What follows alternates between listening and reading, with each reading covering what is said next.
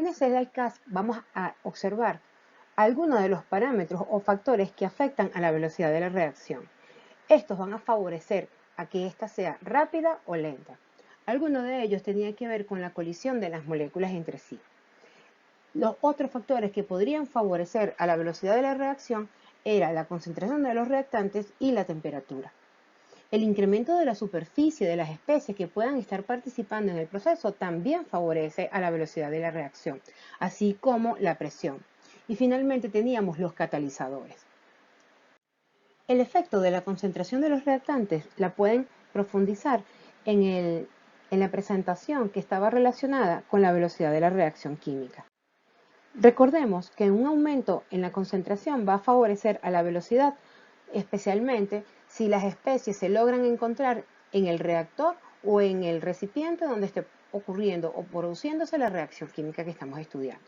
Una de las excepciones es cuando hablábamos del proceso en el cual uno de los reactantes eran de orden cero, porque en este caso el proceso o el transcurso de la reacción química va a ser independiente de la concentración de esa especie. El otro parámetro importante tenía que ver con la temperatura y eso lo profundizamos en la ecuación de Arrhenius. Recordemos que la temperatura y la constante de velocidad están relacionadas a través de esta ecuación matemática. Los catalizadores tienden a acelerar la reacción química y esos son los que podemos encontrar en esta parte de este slidecast. Los catalizadores también tienen que ver o pueden favorecer a la velocidad de una reacción, porque recuerden que ellos tienen un efecto importante sobre la energía de activación del proceso químico para llegar a ese estado de transición, disminuyendo la energía y favoreciéndose de esta manera la obtención de los productos.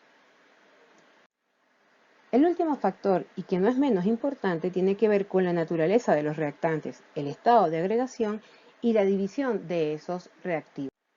Cuando nos referimos al estado de agregación, recordemos que el estado gaseoso siempre está favorecido hacia las especies gaseosas. Incluso las especies iónicas podrían de alguna manera contribuir o favorecer a la velocidad de la reacción por poseer una cierta libertad. Sin embargo, en los líquidos y en los sólidos, la reacción química son mucho más lentas. En los sólidos, las partículas que lo forman tienen una posición de equilibrio y se mantienen en torno a esa movilidad, disminuyendo de esta manera su grado de libertad.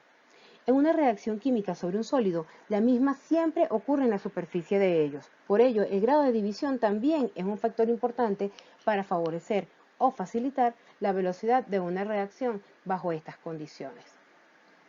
Un placer estar con ustedes. Tengan un feliz día.